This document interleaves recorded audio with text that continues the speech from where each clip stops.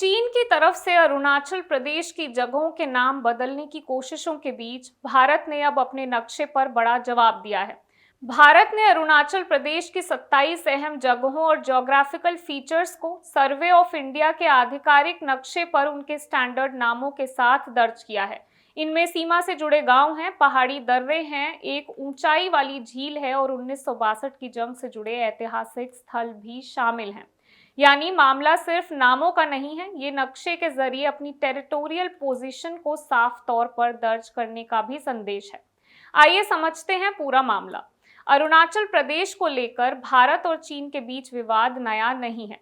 चीन लंबे समय से अरुणाचल प्रदेश पर अपना दावा करता रहा है और इस इलाके को दक्षिण तिब्बत यानी साउथ तिब्बत के नाम से बताता है।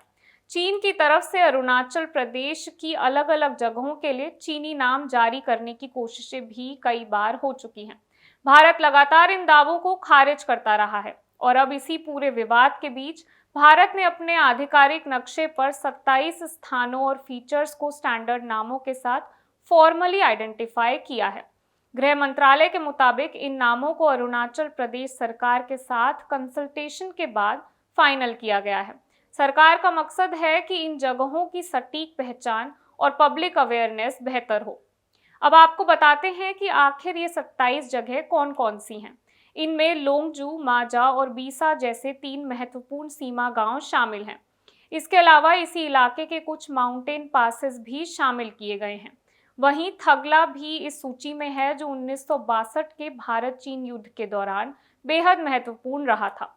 सिर्फ प्राकृतिक या सीमा से जुड़े स्थान ही नहीं, जसवंतगढ़ और शेरे थापा मेमोरियल जैसे ऐतिहासिक स्मारक भी इसमें शामिल हैं। बाकी जगहों में कुंडुन और धनबारी जैसे स्थान अंजौ में, प्रीतनगर, बुद्ध मंदिर, जयरामपुर, टेरिट नगर और रामनगर चांगलांग में, सागर पद्मा, ज्योति नगर और बैसाखी वेस्ट कामेंग में, रोपुक ऊपरी सुबनसिरी में और शिवाजी नगर, सुनपुरा और कामलांग नगर लोहित में शामिल हैं। अब इस पूरी सूची में लोंगजू का नाम खास तौर पर महत्वपूर्ण है, क्योंकि लोंगजू भारत चीन सीमा विवाद के शुरुआती फ्लैश पॉइंट्स में से एक रहा है। रिपोर्ट के मुताबिक 1959 में चीनी सैनिकों ने लोंगजू पर कब्जा किया था। यानी आज सर्वे ऑफ इंडिया के नक्शे पर लोंगजू का औपचारिक रूप से दर्ज होना सिर्फ एक ज्योग्राफिकल एंट्री नहीं है, इसके पीछे दशकों पुराना सीमा विवाद और इतिहास भी जुड़ा हुआ है। इसी तरह थगला भी 1962 के युद्ध की याद दिलाता है। थगला से नामकाचू वैली का इलाका दिखाई देता है और 1962 के संघर्ष में इस क्षेत्र की बड़ी भूमिका रही थी। इस सूची में जसवंतगढ़ का नाम भी शामिल है। ये राइफलमैन जसवंत सिंह रावत की स्मृति से जुड़ा है, जिन्हें 1962 के युद्ध में उनकी भूमिका के लिए याद किया जाता है। वहीं शेरे थापा मेमोरियल ऊपरी सुबनसिरी में हवलदार शेरे थापा के प्रतिरोध की याद दिलाता है। इसलिए इन 27 नामों को सिर्फ नक्शे पर जगहों की सूची के तौर पर देखना पूरी तस्वीर नहीं होगी। इनमें कुछ जगह भारत चीन सीमा विवाद के इतिहास से सीधे जुड़ी हैं, कुछ राजनीतिक रूप से महत्वपूर्ण हैं और कुछ भारत के सीमावर्ती भूगोल और ऐतिहासिक स्मृति का हिस्सा हैं।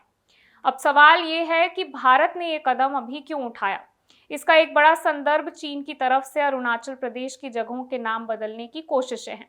भारत पहले भी साफ कर चुका है कि चीन की तरफ से भारतीय क्षेत्र के लिए काल्पनिक नाम जारी करने से जमीन पर वास्तविकता नहीं बदलती।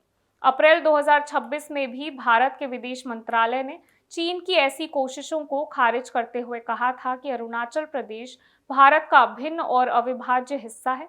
यानी चीन अगर अपने दस्तावेजों या नक्शों में किसी जगह को कोई दूसरा नाम देता है, तो भारत भी अपने आधिकारिक रिकॉर्ड और नक्शों में अपनी स्थिति को स्पष्ट रूप से दर्ज कर रहा है।